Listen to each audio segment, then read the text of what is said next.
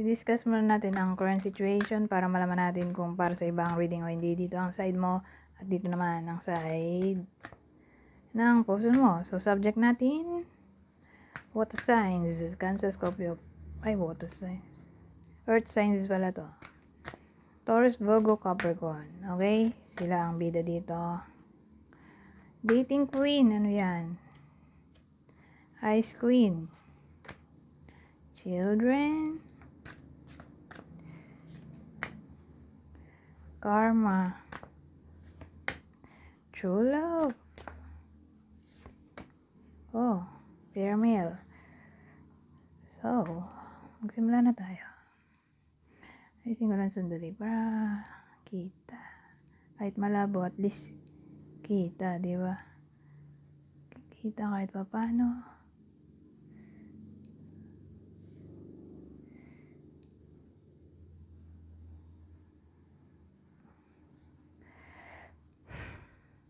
So, ang dating kasi dito, may babae. So, babae yung bida sa kwento na to. Dito side mo di ba? So, pwedeng babae ka. O kung lalaki ka, di mag-resonate lang sa'yo itong reading kung na-embody mo yung feminine energy. Okay? So, feminine energy, siya yung follower, submissive, introvert, meticulous, shy type,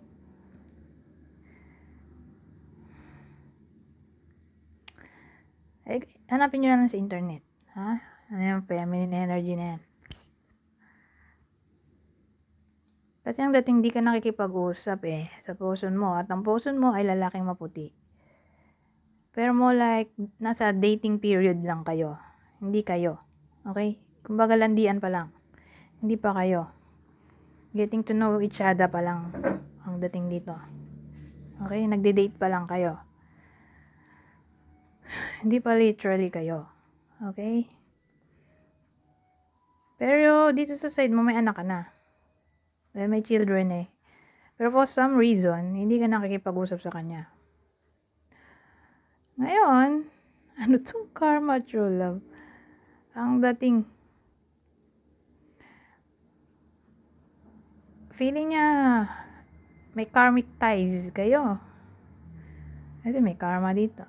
So, feeling niya, na-meet ka na niya sa past life. O, tingin niya, destined na magkita kayo dito sa earth due to unfinished business. So, sa madaling salita, tingin niya may karma sa pagitan yung dalawa. Kailangang tapusin. O may karmic connection kayo. Pero, ang maganda, true love. Tingin niya, twin flame ka niya. O, mahal ka naman niya talaga. Dahil may true love tayo dito.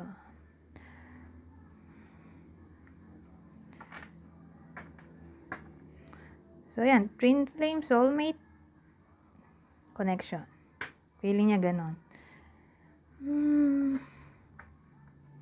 Bakit di ka nakikipag-usap? Alamin natin. So, para malaman natin kung para sa ibang reading, busisiin natin ang kwento. Bakit di ka nakikipag-usap? Anyari.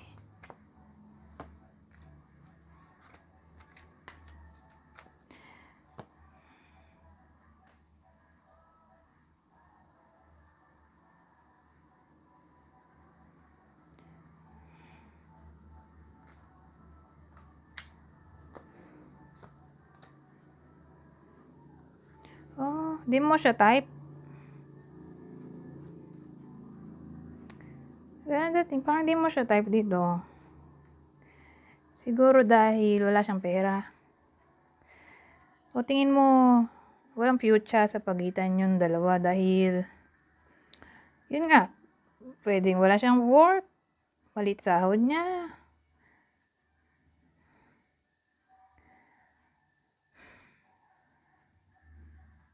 Yun kasi ang basehan mo dito Tumitingin ka sa estado ng tao. So, di mo siya type. Sa madaling salita. Di ka na-impress sa kanyang financial status.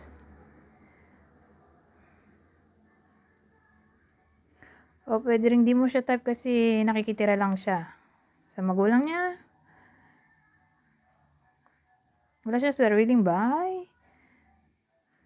O nakikitira lang siya literally. Kung kanino man yan.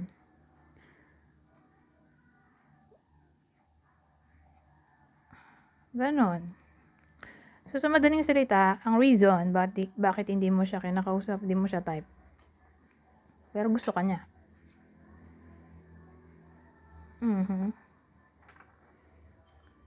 So, tatanong natin dito ngayon.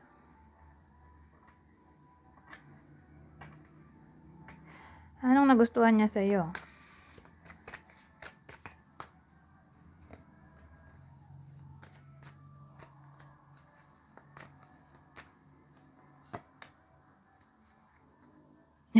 Nagustuhan tapos puro negative ito lang pala. Ito lang yung negative. Bumaliktad eh. Teka.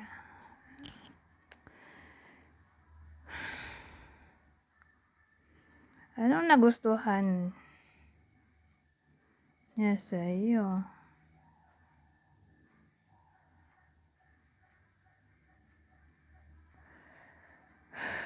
Negative din to.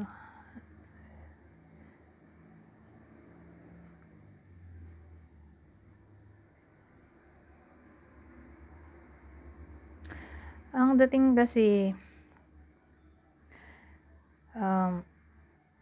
lonely kasi siya eh. Either kaka-break lang niya sa puso niya o parang dumaraan ng disaster yung buhay niya nung na-meet ka niya na para bang tinulungan mo siya maka-move on sa problema niya na para bang feeling niya dahil nandun ka nung kailangan niya ng may makakausap kasi problemado siya.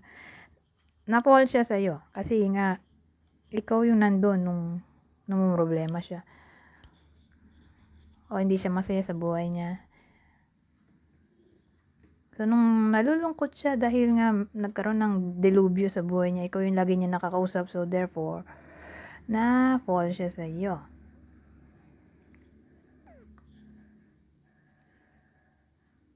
So yan ang reason bakit nagustuhan ka niya. Na-fall siya sa iyo kasi nga ikaw yung nandun. Lagi kanyang kausap nung panahon na kailangan niya ng may makakausap.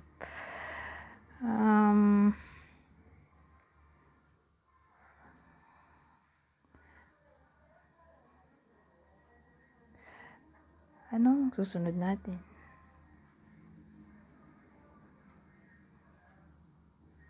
Pero di mo to type, di ba?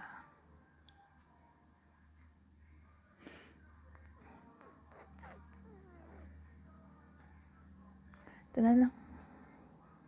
Itong deck na to. Sa ibang info,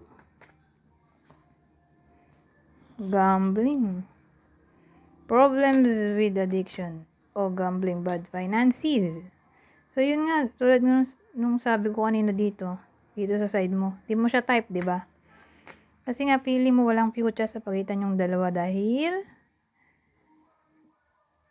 hindi ka na-impress sa financial status niya. So sabihin natin poor siya, walang stable job, walang trabaho, walang permanent job, nakikitira lang, walang savings. O literal na feeling mo ba lulong siya sa pinagbabawal na something. Parang feeling mo may addiction siya. O lulong siya sa alak o sa gambling na para bang na-turn off ka. Pwedeng ganon. So, sabihin natin present pa ba yung bad behavior niya? Oo. May problema nga talaga siya sa pera. Divorce. Experiencing a breakup.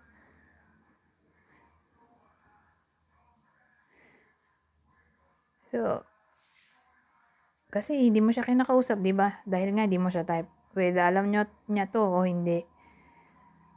Eto, feeling niya ayaw mo sa kanya, na-experience niya 'tong breakup, kahit hindi naman naging kayo.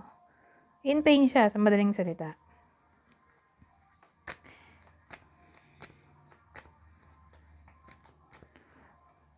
Pero tingnan natin yung susunod. Earth signs.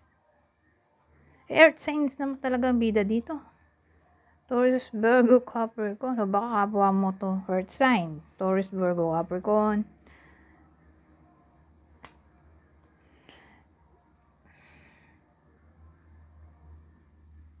O pwedeng tong divorce din kasi to. Siya yung nakaka-experience ng divorce. Kaya nga sabi ko kanina, sabi natin, dinidilibyo yung buhay niya. Na-meet ka niya nung nag-break sila nung jowa niya. Na-fall siya sa'yo dahil nga nung panahon na malungkot siya, ikaw yung lagi niya kausap, pwede rin gano'n. Na siya pala yung current na kaka-break lang. O ikaw yun. Who knows?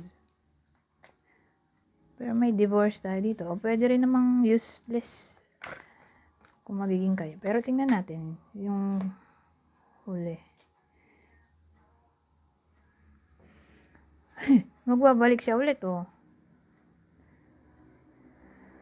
Magbabalik siya ulit, pero sabi ko nga kanina, kung useless ba na maging kayo? Oo, something ending. Tama lang yung ginawa mo. Sabagay, wala naman talagang future sa kanya. 'Di ba? Lalo kung ganun na lulong sa mga bisyo. Walang work. Oh, nakikita mo na para bang din siya nagpe-pay attention sa buhay niya, sa future. I mean, anong future niyo kung ganun? Parang wala siyang vision. So, tama lang yung ginagawa mo na mag-move on na lang. Maghanap ka na ng iba. Kasi mapapa-trouble ka lang din sa bandang uli. Dahil may vision nga siya. Pero, ngayon na hindi kayo nag-uusap, at sabihin natin in pain siya, maaaring magbalik pa siya sa buhay mo. Baka one of these days ay bigla siyang magbalik. Kontakin ka ulit. Pero it's up to you. Kung papansinin mo pa ba siya o hindi na. Pero, again, malaki chance na magbalik siya ulit. Kontakin ka ulit. Anyways, hanggang dito na lang. Goodbye for now.